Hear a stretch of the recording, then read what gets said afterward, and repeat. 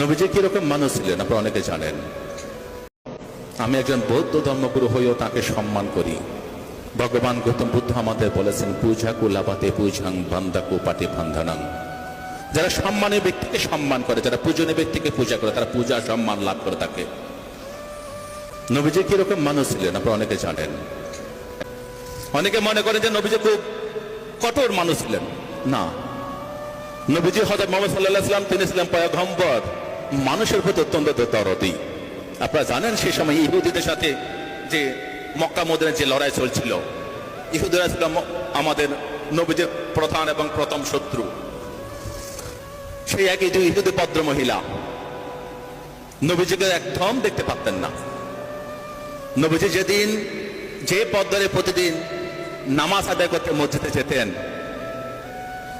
সেই ভদ্র মহিলা কি করতেন? ইহুদি ভদ্র মহিলা তিনি প্রতিদিন দুনিয়ার নোংরা জিনিসগুলো সব রাস্তার মধ্যে রেখে দিতেন। কেন? নবীজি তো উঁচু পা করে নামাজ পড়তে যাচ্ছেন, তার প্রতিমধ্যে যদি ময়লা থাকে তাহলে তার নাপাক হয়ে যাবেন, নামাজ জায়েজ হবে না। সে ভদ্র মহিলা, ইহুদি ভদ্র মহিলা তাই ভাবতেন। কিন্তু নবীজি তিনি তো মন শুদ্ধ, অন্তর শুদ্ধ, তিনি গিয়ে নামাজ আদায় করতেন। প্রতিদিন তাই হতো, প্রায় চলছিল। একদিন নবীজি যখন যাচ্ছেন, দেখলেন যে সেই জায়গার মধ্যে কোনো ময়লা নেই, রাস্তা পরিষ্কার।